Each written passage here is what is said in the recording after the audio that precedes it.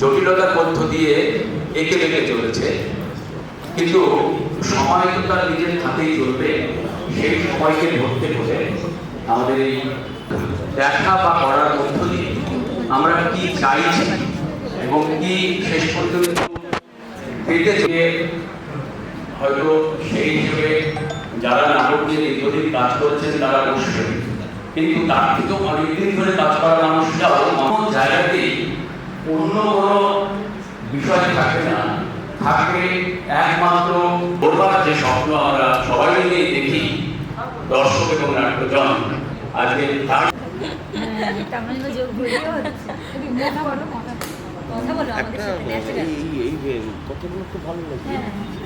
এগিয়ে যাওয়ার বার্তা দিতেই এখানে সমবেত হয়েছি। আমরা সবাই একই ভাবনা নিয়ে এগিয়ে চলেছি। প্রথমে দেখে নিচ্ছি একজন বিশিষ্ট সাংস্কৃতিক ব্যক্তিত্ব, অভিনয়ের সঙ্গে যার নিয়মিত বাস। আমাদের দিনাজপুরের অনেক কিছু আছে, তার মধ্যে অনেক কিছু নেই। আমাদের দিনাজপুরের ভাই মহোদয়কে তিনি একটু আসবেন। আমাদের রায়গঞ্জের মানুষের সাথে তার ইতিমধ্যেই আত্মার যোগাযোগের যে সেতু সেটা বিনির্মিত হয়েছে। মঞ্চে আসছেন মুরারি মুখোপাধ্যায় মহোদয়, সাংস্কৃতিক ব্যক্তিত্ব। কি হবে শেষ পর্যন্ত, এরপরে আমরা দেখে নেব পিয়ারি বসু মুখোপাধ্যায় মহোদয়াকে। যে দিনাজপুরটা ভাগ হয়, ওপারে দিনাজপুরই থাকে, এপারে পশ্চিম দিনাজপুর, এবং শেষ পর্যন্ত পশ্চিম দিনাজপুরও 92 সালে ভাগ হয়, একটা উত্তর দিনাজপুর একটা দক্ষিণ দিনাজপুর। তো আমাদের সেই পশ্চিম দিনাজপুরের আরো পরিশীলিত করলাম, আরো ভালো করে ধারালো।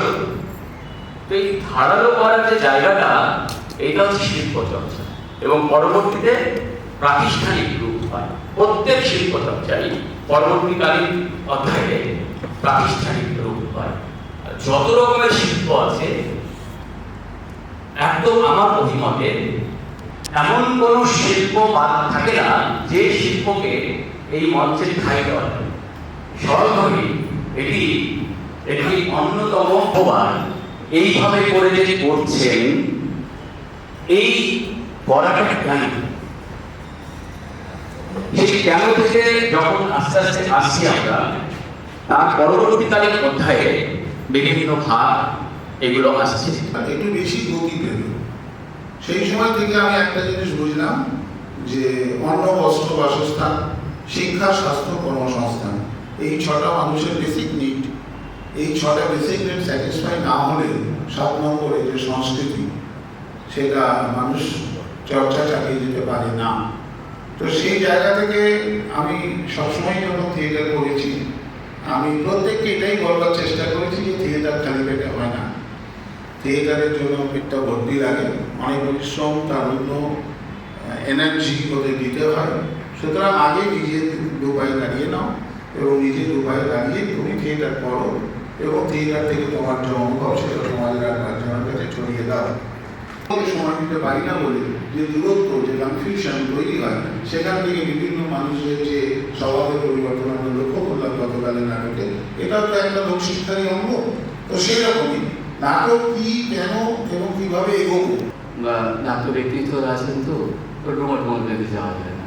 সেই জন্য একটা পাঞ্জাবি পড়লাম, গাড়িটায় দিলাম, যাতে করে এই পরিবেশের সঙ্গে নিজেকে মানানো শুরু করা যায়। ওই বিরাজদাদা নাটকে বলছে না যে যদি সিকোয়েন্স তৈরি না হয়, মুহূর্ত যদি তৈরি না হয়, তাহলে চরিত্র আসে না। তো সেই কারণেই ওই চরিত্রতে আসার জন্য মুহূর্তটা তৈরি হয়। জীবনেও তাই। একটা মেয়ে যখন বাবার কাছে থাকে, তখন সে মেয়ে থাকে। তারপর তখন সে তার জন্য একজন প্রেম হয়, একজন প্রেমিক চলে, তখন সে প্রেমিকা হয়। প্রতি মুহূর্তে তার চরিত্র পাল্টায়, তার শব্দ পাল্টে যায়, তার বলার ধরন পাল্টে যায়, তার সংলাপ পাল্টাচ্ছে, প্রতি মুহূর্তে তার হাঁটা চলা পাল্টাচ্ছে। তারপর একদিন সে শাশুড়ি হয়, তখন আরো তার মধ্যে গাম্ভীর্য আসে। যারা এখানে থিয়েটার করতে এসেছে, নতুনদের কথা বলছি, পুরাতনরা তো ঠিকই আছেন, তাদের অনেক অভিজ্ঞতা আছে। নতুন যারা এসেছেন তাদের একটা কথাই বলি, মনে রাখবেন তারকেশ্বরে যখন বাঁক নিয়ে যান বাবার মাথায় জল ঢালতে, তখন কিন্তু রাস্তায় অনেক কুয়া থাকে। অনেক যখন বর্ষার বৃষ্টি পড়ে তখন সেই কুয়াগুলো জেগে ওঠে। আপনার আপনি যারা নতুন তাদেরও বলবেন যে একটা গুণ আর একটা গুণে গিয়ে কিভাবে দ্বিগুণ হচ্ছে। জন্মেছিলাম বেঁচে থাকতে, আর বেঁচে থাকাকে উপভোগ করতে শিল্প চর্চায় এসেছি। আমার ছোটবেলাটা সাংস্কৃতিক পরিমণ্ডলেই কেটেছে। বাবা ছিলেন কেন্দ্রীয় সরকারি কর্মচারী। অত্যন্ত ব্যস্ততার মধ্যেও যে সন্ধ্যায় বাবার নাটক থাকতো, সেদিন স্কুল থেকে এসে মনে হতো আজ একটা অন্যদিন, আজকে সূর্যটা যেন অন্যরকম, একটা অন্য পৃথিবীর ইশারা অনেক ছোটবেলা থেকে, জ্ঞান হওয়া থেকেই যেন হাতছানি দিয়ে দিচ্ছে। এবং আজও যখন যে কোনো পারফরমেন্স, নাচ হোক, থিয়েটার হোক, যখন ওই উইংসের ধারে অপেক্ষা করি না, তখন মানে মনে হয় যে আজ কোন রামধনুর রং আমি ছড়িয়ে দিতে পারি আমার দর্শক মহলে। তাই এই যে প্রতিভা বললেন সঞ্চালক মহাশয়, আমি সেই কথাটা একটু সরিয়েই রাখতে চাই। প্রতিভা, আভা এগুলো অনেক পরের কথা। এই যে আমরা সূত্র ধরে ধরে এগোচ্ছি, অগ্রজরা বললেন, বিজয়দা বললেন, মুরারিদা ব্যাপার আছে, সেইগুলো নিয়েও আমাদের রাহিদে সরকার তিনি এই বয়সে নাট্যচর্চা আন্তরিকভাবেই করে চলেছেন। সেইখান থেকে আপনার অভিজ্ঞতা আজকে আমাদের সামনে যদি একটু শেয়ার করেন, যে কোন দিকে আপনি যে এতদিন ধরে নাট্যচর্চা করছেন তাতে এই অনেকটা মোটিভেশনাল স্পিচই চাইছি, অনেকটা আপনি জয় দাদা আমাকে অনেক আগে থেকেই জানেন। তো কাজ করতে করতে শেষ সময়ে এসে তিনি ক্রমশ অসুস্থ হচ্ছেন। আর আমাদের মধ্যে আমাদের যারা থিয়েটারি বন্ধু, যারা ভাই বোন, যারা তার পাশে সবসময় থাকতে চেয়েছি, তাদের মধ্যে ক্রমশ জেদ চেপেছে যে তার মৃত্যুটাও যেন তার থিয়েটারের মধ্য থেকেই হয়। এবং সেই পরিবেশ, সেই বাতাবরণ দেওয়ার জন্য আমরা সব দিক থেকে আমরা তার পাশে, তার হাত ধরে কিন্তু দাঁড়িয়েছিলাম। এটা না বললেই নয়, কারণ কেননা থিয়েটারের শিক্ষাটা যে আমাদের ভেতরে ছোট থেকে চলে এসেছিল কখন, সেটা আমরা নিজেরাও টের পাইনি। খুব মানে আমি না হয় আমার বাবা ছোট থেকে আমাকে একটু নাচ শিখিয়েছে, একটু আবৃত্তি শিখিয়েছেন, সেগুলো ঠিকই আছে। কিন্তু আপনারা আজকে এইখানে যে বৈঠকে আড্ডায় অংশগ্রহণ করছেন, সে মানে আমার হাজবেন্ডের কথা বলছি, আমি নীলাদ্রি সরকারের কথা বলছি। তার পারিবারিক বাতাবরণ কখনোই এরকম জায়গায় ছিল না, কিন্তু আজকে এখানে এসে যে থিয়েটারে আড্ডায় আমরা অংশগ্রহণ করছি, অদ্ভুতভাবে সেদিনও কিন্তু সে ওই বাবার পাশে থাকতে চেয়ে কোনো এক সময় অবচেতন মনে এই থিয়েটারের ম্যানেজমেন্টের কাজে সে ঢুকে পড়ে। এবং শেষ জীবনে বাবা একদম শেষ সময় এটা বলেছে যে আমি একটা থিয়েটারের ভালো ম্যানেজার পেয়েছি। মানে নিশ্চয়ই জানা বোঝার অনেক বিষয় কিন্তু আপনারা বলছেন, বলবেন, কিন্তু আমি থিয়েটারটাকে খুব মাটির কাছ থেকে দেখি, উপলব্ধি করি যে মঞ্চে আমি যা বলতে চাই, যা দেখাতে চাই, সেই মানুষগুলোর জন্য আমার একদম ব্যক্তিগত ধারণা যে আমি যারা অলরেডি আজকে যারা আছেন, তারা মানে কোনো না কোনো ক্ষেত্রে এই থিয়েটারের সাথে যুক্ত আছে। আজকে আরো কলকাতা থেকে যদি আলাও হয়, আসতে একটু সময় লাগে, ঠিক সেই রকম একটা কোনো ট্রেনে বা বাসেই আসতে হয়। সেই জন্য কলকাতা থেকে তার ওয়েটটা পুষ্করণীতে পৌঁছতে সময় লাগবে, এটা লাগে। বাইকটাও আমার কাছে এসেছে একটু সময় নিয়ে। তো এটা অবধারিত ব্যাপার, এটা হয়, এটা দুটো দিক আছে। একটা ভালো দিক আছে, সেটা হচ্ছে সুন্দরবনে আয়লাটা হওয়ার পর কলকাতা খানিকটা ঠেকিয়ে দিয়ে আমাদের দিকে আসে, আমরা কম এফেক্ট হয়। আবার একটা ভালো জিনিস কলকাতা খানিকটা খেয়ে নিয়ে আমাদের কাছে একটু উচ্ছিষ্ট করে পাঠায়, সেটাও আমাদের কাছে একটু খারাপ। দুটো, হ্যাঁ, তুলাইপাঞ্জি এখান থেকে যায়, সেই তুলাইপাঞ্জি স্বাদ যখন ওখানে যায় খানিকটা ম্লান হয়ে যায়। যে স্বাদ, যে গন্ধ, যে তীব্রতা আমরা অনুভব করি, সেটা একটু কম পাওয়া যায়, একটা ভাইস ভার্সা ব্যাপার আছে। কিন্তু আমার থিয়েটারের যে জার্নি, যেটার কথা সুকুমারটা জানতে চাইছেন আমার কাছে, সেটা কিন্তু আমার মেট্রো থিয়েটার দেখি। আমার যদি খুব কাছাকাছি কোনো থিয়েটার শিক্ষক, নাট্যগুরু যদি আমি কাউকে বিবেচনা করে থাকি, তিনি হরিমাধব মুখোপাধ্যায়। হরিমাধব মুখোপাধ্যায় শুধু আমাদের কাছে না, আমাদের উত্তরবঙ্গে যারা আমরা থিয়েটার করি এবং বিগত দিনেও করেছি, হরিমাধব মুখোপাধ্যায় তাদের কাছে একটা প্রতিষ্ঠা। আজকের প্রজন্মের একজন যার কোনো বিকল্প হয় না, আমি মনে করি একজন বিরল প্রতিভা আছে। যারা আমরা নাট্য শিক্ষা করেছি, এখানে অনেকেই আছে, চন্দন চক্রবর্তী আছে, তো কাছাকাছি থেকে আদিত্যদা আছে, আমাদের নতুন প্রজন্মের যারা থিয়েটার করছে তারাও হরিমাধব মুখোপাধ্যায়ের কাজ খুব কাছ থেকে দেখেছেন। তা আমরাও দেখে শিখে আস্তে আস্তে আস্তে আস্তে করে এগোতে শুরু করেছি। বলেছিলেন, সুরজিৎ, তোমার দলের নামটা তোমার অঞ্চলের কোনো কিছুকে প্রতিনিধিত্ব করে, এইরকম একটা সিগনেচার দিয়ে তোমার দল তৈরি হওয়া উচিত। সেই তার যে ভাবনা চিন্তা, বিষয়বস্তু, তার যে প্রযুক্তিগত সুবিধা, সেটাকে আমি যাদেরকে নিয়ে থিয়েটার করি, তারা কিন্তু প্রকৃত অর্থে কেউ থিয়েটার শিক্ষিত নয়। তিনি কিন্তু মানুষভাবে থাকতেন এবং তার যোগাযোগ ব্যবস্থা খুব একটা ভালো ছিল না। এবং কলকাতাতে থিয়েটার দেখে এসে সেই বিদেশি থিয়েটারের অনুবাদ তিনি নিজের স্থানীয় ভাষায় করে সেইগুলো বালুরঘাট এবং উত্তরবঙ্গের মানুষের মধ্যে একটা প্লাবন তৈরি করেছিল। তার নাম হলে দেবাংশী, গোটা বাংলা জয় করে। সুরজিৎ দাকেও আমাদের পক্ষে আমার মুরারিদার কথা ধরেই বলতে হবে, মুরারিদাকেই ধরতে হচ্ছে। ওই যে মুরারিদাকেই ধরতে হচ্ছে। এই যে ওই একই জিনিস আমার মনে হয়েছে, এই যে অডিটোরিয়ামে না যারা আলো দেখছে তারা দেখতে ক্ষতি করতে, আমি তারা দেখছিলাম, আমি তারার সঙ্গে সত্যিই মেলাচ্ছিলাম। প্রথমেই অনেকক্ষণ ধরে সেলিনের দিকে তাকিয়েছিলাম। আমার মনে হয়েছে আমি যে পরিবেশ থেকে থিয়েটারের মধ্যে উঠে এসেছি, একটা পুরো থিয়েটারই পরিবেশ। আমার ভবানীপুরে হরিশঙ্করজি রোডে বাড়ি, সেখানে আমার বাবা কাজ করেন জ্ঞানেশ জেঠুর সঙ্গে, জ্ঞানেশ মুখোপাধ্যায় মাস থিয়েটার্স। আমার বাড়ির বাদবাকি আর যারা ছিলেন তারা প্রত্যেকেই কাজ করেন থিয়েটার সেন্টার তরুণ রায়ের সঙ্গে, তরুণ জেঠু। তো আমার বাড়িতে রিহার্সাল হতো, খুব বিরক্ত হতো আমার, পড়াশোনার খুব মা খুব রেগে যেতেন, পড়াশোনার খুব ক্ষতি হতো। কেননা যেদিন থিয়েটার সেন্টারে শো থাকতো সেদিন আমাদের বাড়ির ছাদে রিহার্সাল হতো তরুণ জেঠু, আর মাস থিয়েটার্সের ঘরে যদি কোনো অসুবিধা হতো জ্ঞানেশ জেঠু আমাদের বাড়িতে রিহার্সাল করতেন এবং বাবার সঙ্গে খুব সক্ষতা ছিলেন। এরকম একটা পরিবেশ থেকে বড় হয়ে ওঠা থিয়েটারের মধ্যে।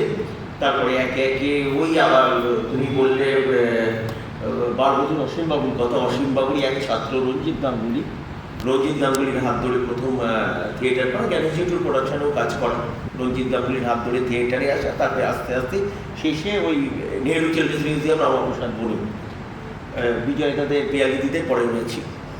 তো একটা জিনিস আমি ছোটো থেকে, সেটা আমার মা চোখ খুলে দিয়েছে এবং মা আমার খুব উপকার করেছে। প্রচুর বই পড়াতেন আমাকে, প্রচুর পড়াতেন।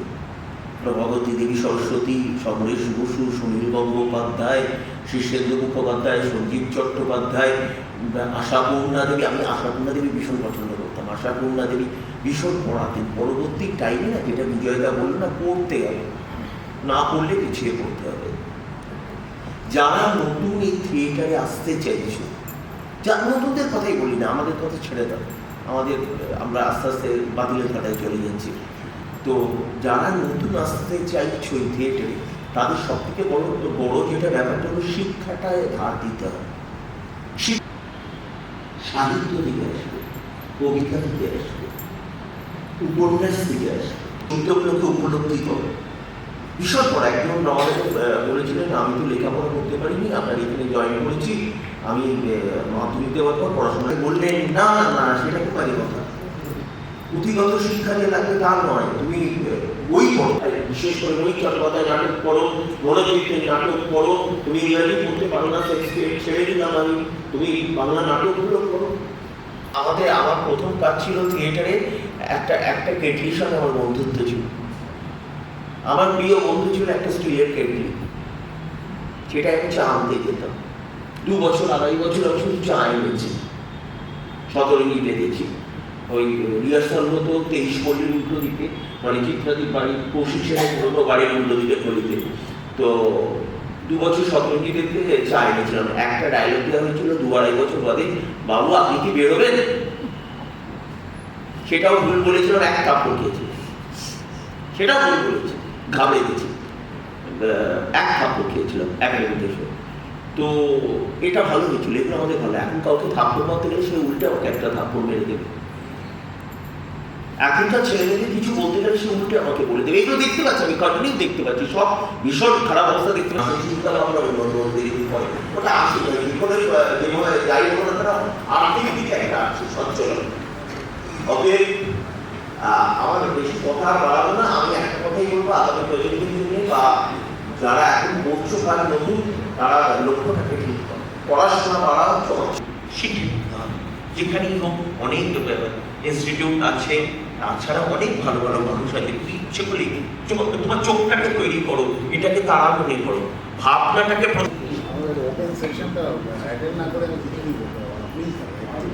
ধন্যবাদ সঞ্চালক সুকুমার বাবুকে, সেই সাথে আমার আন্তরিক শুভেচ্ছা রইল নাট্য একাডেমির যে সমস্ত সদস্য এখানে রয়েছেন। সাথে স্যার বলছি যে আজকে যে আপনাদের নাটক নিয়ে বৈঠকি আড্ডা, এর কতটা তাৎপর্য বলে আপনার? বিশেষ করুন আমি 45 বছর নাটকের সাথে যুক্ত, 1979 থেকে আজকে 2025। এই দীর্ঘ সময়ে আমার অনুভব এটাই যে নাটক আপনাকে গ্ল্যামার দিতে পারে না, নাটক আপনাকে পয়সা দিতে পারে না। নাটক যেটা দেয় সেটা হচ্ছে আপনার আত্মবিশ্বাসকে ত্বরান্বিত করে। আপনি যে কথা ঠিক মনে করেন, সেটা আপনি যেটা ঠিক মনে করেন, ঠিক যাই হোক না কেন আপনার বিচার, সেটাকে আপনি আত্মবিশ্বাসের সাথে মানুষের সামনে রাখার যে শিক্ষা, সেটা নাটক দেয়। এটা একটা ইনট্যাঞ্জিবল ফোর্স। আর দিতে পারে নাটক বন্ধুত্ব। ধরুন আমি এই 45 বছরে মাননীয় আমাদের এখনকার বিরল নাট্য প্রতিভা, আমি ব্রাত্যযুগ বলি, ব্রাত্য বসুর হাত ধরে এই নাট্য একাডেমি মিনার্ভা রেপার্টরি থিয়েটারে কাজ করার সুযোগ পেয়েছি। এবং তাই থেকে আমি 24টা জেলা জুড়ে কত নাটকের দল আছে এবং তারা কীভাবে নাট্য চর্চা করে, তাদের কি সুবিধা অসুবিধা, তাদের কি আকাঙ্ক্ষা, তাদের কি লোভ, তাদের কি অ্যাম্বিশন, এইগুলো আমি জানবার সুযোগ পেয়েছি। আর তাতে আর কিছু না হোক, আমি এই 24টা জেলা জুড়ে অন্তত 500 নাটকের মানুষ বন্ধু হিসেবে পেয়েছি, যা আমার জীবনকে ভীষণভাবে এনরিচ করেছে, ঋদ্ধ করেছে। আর তাই নাটক আমার কাছে এমন একটা ব্যাপার, এমন একটা অস্ত্র, যা আমার জিহ্বা, আমার মনন, আমার ভাষা, আমার নিজের প্রকাশভঙ্গিকে অনেক বেশি শক্তিশালী করে। আর সেই জায়গা থেকে নাটকের বৈঠকি আড্ডা, যে আজকে আমরা বেশ কিছু মানুষ এসেছি যারা কলকাতায় থিয়েটার চর্চা করি, কিছু মানুষ আছে যারা মুর্শিদাবাদে থিয়েটার চর্চা করে, কিছু মানুষ আছে যারা উত্তর দিনাজপুরে থিয়েটার চর্চা করে। এইরকম প্রায় 20-25টা দল মিলে আজকে আমরা একে অপরের সাথে যে এক্সচেঞ্জ করবার সুযোগ পেয়েছি, এটা আমার কাছে একটা নাট্য চর্চা বা একটা নাটকের উৎসবের থেকেও এই যে সুবিধা অসুবিধা, আশা আকাঙ্ক্ষা, ভালোবাসার যে আদান প্রদান, সেটা অনেক অনেক বেশি গুরুত্বপূর্ণ বলে মনে হয়। নতুন প্রজন্ম কতটা এগিয়ে আসছে নাট্য চর্চা? দেখুন, নতুন প্রজন্মের সামনে আমরা তো খুব ভালো উদাহরণ তৈরি করে রাখতে পারিনি। আমি সবসময় মনে করি যে অন্ন, বস্ত্র, বাসস্থান, শিক্ষা, স্বাস্থ্য, কর্মসংস্থান, এই 6টি মানুষের বেসিক নিড। আজকে নতুন প্রজন্মের সামনে আমরা এমন একটা পৃথিবী, এমন একটা ভারতবর্ষ রেখেছি যেখানে 142 কোটি মানুষ, যেটা সারা পৃথিবীর মধ্যে হাইয়েস্ট পপুলেশন, আর at the same time highest poverty level, দরিদ্রতা, আবার হাইয়েস্ট ইলিটারেসি, নিরক্ষরতা। এইরকম একটা ভয়ঙ্কর অবস্থায় একমাত্র শিক্ষা, স্বাস্থ্য এবং নাট্যচর্চা, এই জাতীয় উপাদানগুলোই আমাদের নতুন প্রজন্মকে ঠিকঠাকভাবে এগিয়ে নিয়ে যেতে পারে। নাটক তাকে দেবে প্রেরণা, লড়াই করবার প্রেরণা। আমরা নিশ্চয়ই ভুলে যাব না সেই বিখ্যাত উক্তি যেটা চার্লস ডারউইন আমাদের বলেছিলেন, স্ট্রাগল ফর এক্সিস্টেন্স। মানুষের একমাত্র কাজ হলো বেঁচে থাকা, যেন তেন প্রকার বেঁচে থাকে। আর সেই বেঁচে থাকাতে সবচেয়ে বেশি যে রসদ যোগায়, যে শক্তি যোগায়, সেটা হলো নাট্যশাস্ত্র। আর তাই নাটককে আমি এতটাই বলছি, এই যে বিংশ শতাব্দীতে দাঁড়িয়ে আগেকার দিনে যেরকম মঞ্চে যত মানুষ উপচে পড়তো ভিড় নাটক দেখার জন্য, এই ইলেকট্রনিক্স যুগে মানে টিভি মোবাইলের যুগে এখন সেরকম কি লোক আসে?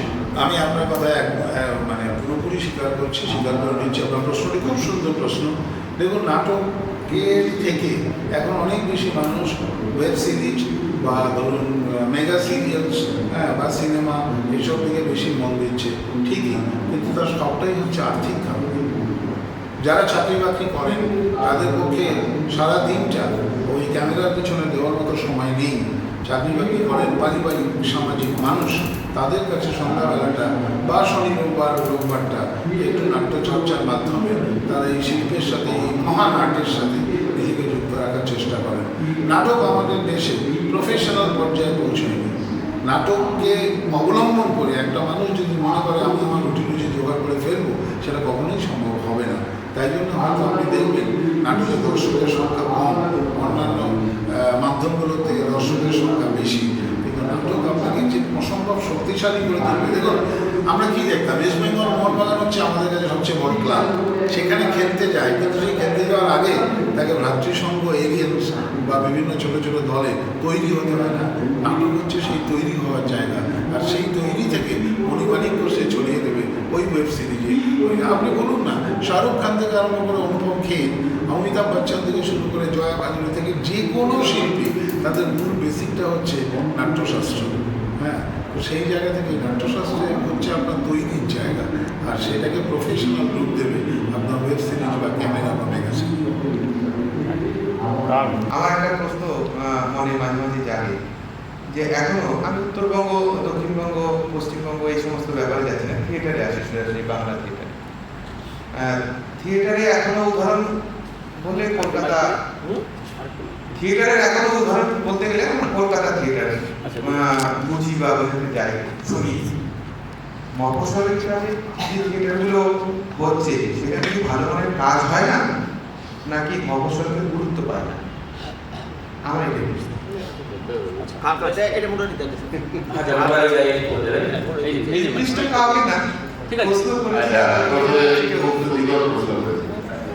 প্রথমেই বলি যে উনি মফস্বল এবং কলকাতার থিয়েটারকে আলাদা করেছেন, সেই জায়গা থেকে উনি পাচ্ছেন। আপনার জ্ঞানটা আপনি জানেন, তবুও বলছি, এবং সকলের জ্ঞান আপনি বলি, কলকাতার থিয়েটার বেঁচে আছে মফস্বলের থিয়েটারের উপর। আজকে কলকাতায় যে সমস্ত নাটকগুলো বলেন আপনারা সুপার হয়েছে, প্রত্যেকটি থিয়েটারের অভিনেতারা হচ্ছে মফস্বল।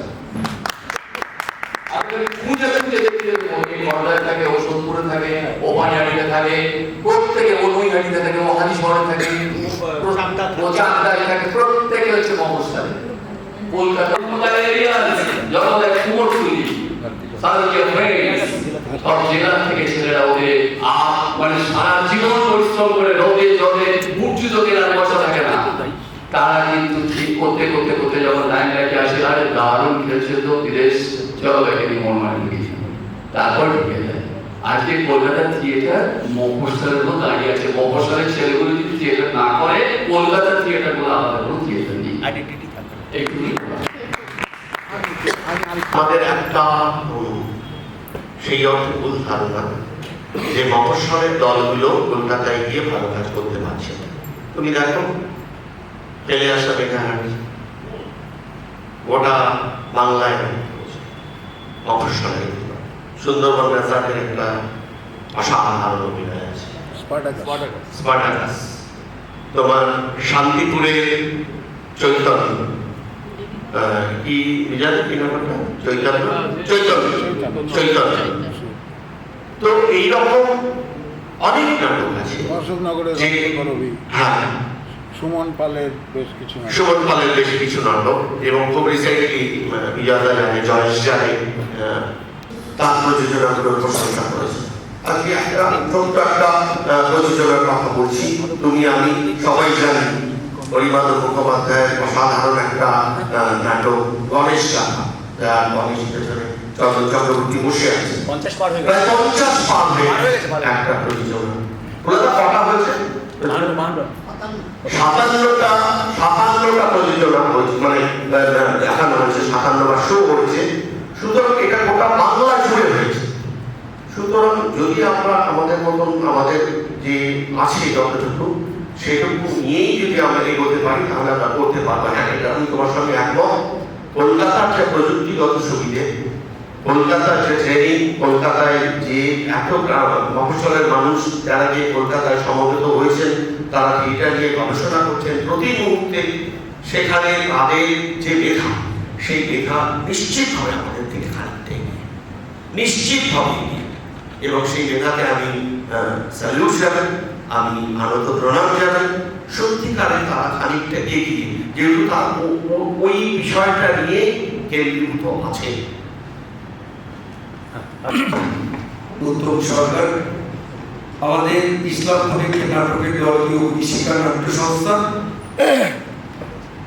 আমরা সংখ্যাটা ধরছি 40 বছর ধরে আমরা নাটক করে আসছি, কিন্তু ঘনিষ্ঠ অর্থাৎ আমাদের মাথা নেই।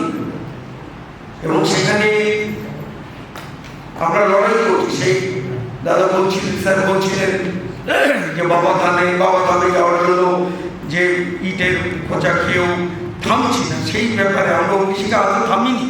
সে 80 সাল থেকে আমরা চলছি। সেখানে বিভিন্ন ডিরেক্টররা ছিলেন, বিভিন্ন ডিরেক্টররা আমাদের করিয়েছিলেন। প্রশ্ন এখানে একটা জিনিস আমার খুব ভালো লাগছে, যে এই যে বৈঠকি আড্ডাতে নাটক নিয়ে যে আলোচনা, নাটক নিয়ে যে আমরা ভাবনা চিন্তা, আজ আমরা উত্তর দিনাজপুরে বসে আমরা এই ভাবনায় আমরা আজকে উপস্থিত হতে পেরেছি। এটা আমাদের কাছে অনেক বড় পাওনা। ইসলামপুর থেকে আমি ছুটে এসেছি, এই বন্ধু কাম ভাই পবিত্র আমাদের দলে করতো।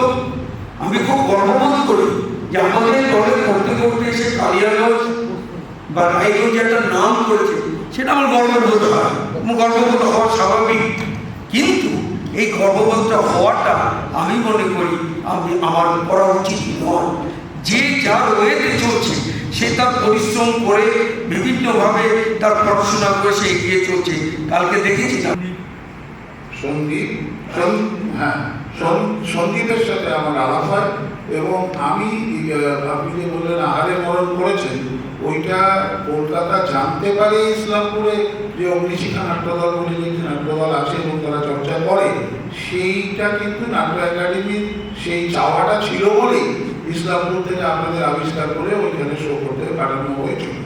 কিন্তু এবার দেখুন, এটা তো আমরা এখানে আজকে যে আলোচনা করছি সেটা হচ্ছে নাটকের বৈঠকি আড্ডা, মানে ওর মতো প্রশ্নগুলো যে একটা নাটকে যদি নিজেকে ডেভেলপ করতে চায় তাহলে তার রাস্তা কি হবে, তার রুটস কি হবে, তার প্রসেস কি হবে, তার রুটিনস কি হবে, পদ্ধতি কি হবে, পদ্ধতিগত আলোচনা।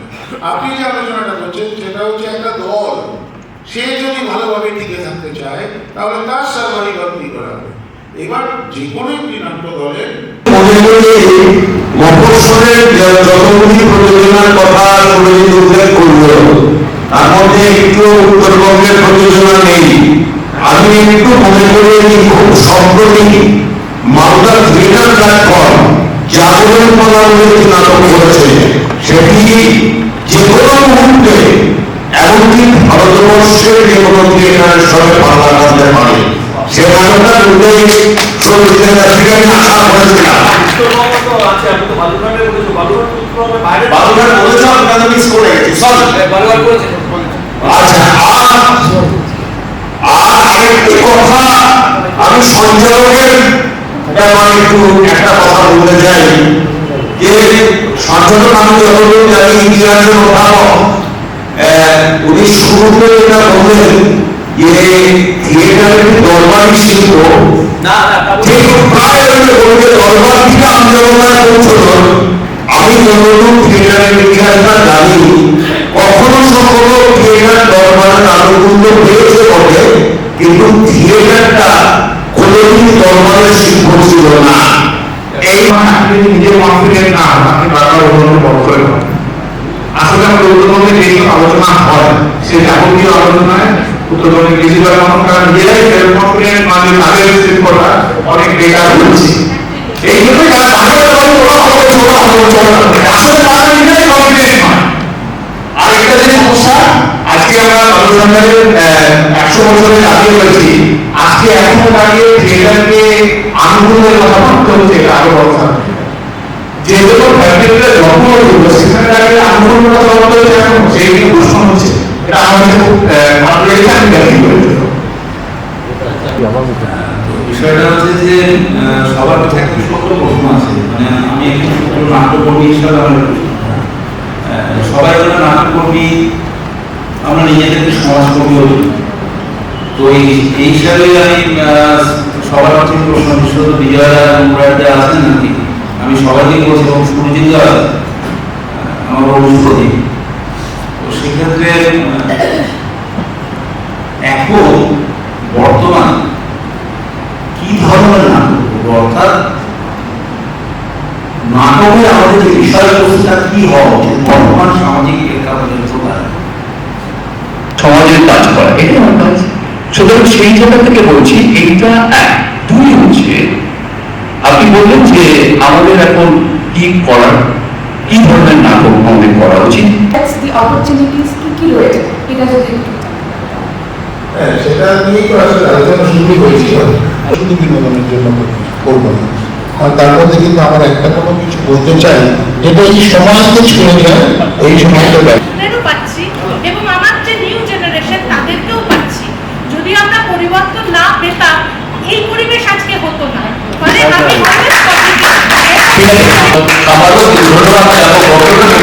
আজকে এই বৈঠকে আড্ডার সমাপ্তি ঘোষণা করবেন সবাইকে উপস্থিত হয়েছেন দর্শকেরা, নাট্যশিল্পীরা, আমি কর্মী বললাম না, সমাজকর্মী বললাম। আমি নিজে বিশ্বাস করি আমরা নাট্যশিল্পী, আমিও ছোটখাটো আমার এই যে আপনাদের যে আলোচনাটা হলো অসাধারণ একটা আলোচনা, দীর্ঘ সময় ধরে খুব মন দিয়ে শুনছিলাম। আমার যারা নতুন শিল্পী যারা প্রশ্ন করেছেন, আমার আপনাদের উত্তরের সাপেক্ষে যেটা মনে হয়েছে আমি সেটা সংক্ষিপ্ত সার করে দেওয়ার চেষ্টা করছি। ছোট তোমরা যদি প্রত্যেক দিনের জীবনে, আমরা তো প্রত্যেকেই একটা মুখোশ করে অভিনয় করি বা সমাজে বলুন বা সংসারে বলুন, সেইগুলো যদি খুব ভালোভাবে অবজার্ভ করি তাহলে তুমি ভালো শিল্পী হবে। আমি একটা গরুপালা কিভাবে গরু বিক্রি করছে বা একটা অধিকারী কিভাবে ঢুকে করছে, আমি যদি খুব ভালোভাবে আমার যদি লক্ষ্য করার সেই জায়গাটা থাকে, আমি আশা করি তুমি বড় শিল্পী হবে। আর দ্বিতীয় আরেকটা বিষয় কালকে আলোচনা হচ্ছিল, রাখি বলছিল আমাদের এদিকে না নতুন ছেলে মেয়েদেরকে আমরা পাচ্ছি না সেভাবে। রাখি আমার ব্যক্তিগতভাবে মনে হয় আমাদের এদিকে নতুন শিল্পীরা সেভাবে নতুন জেনারেশন আসে না। তার মূল কারণ এখানে নাটক করে আমি বড় কিছু করতে পারবো না, কলকাতায় নাটক করলে আমার পরবর্তী জায়গা আছে সিরিয়াল, এটা একটা নতুন প্রতিষ্ঠান করা।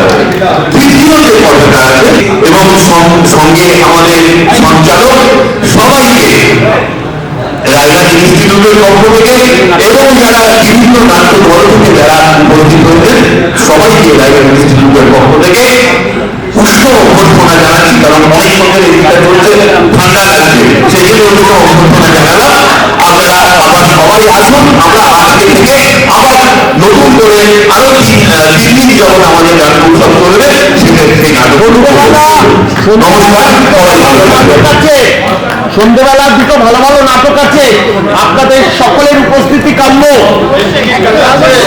Thank you.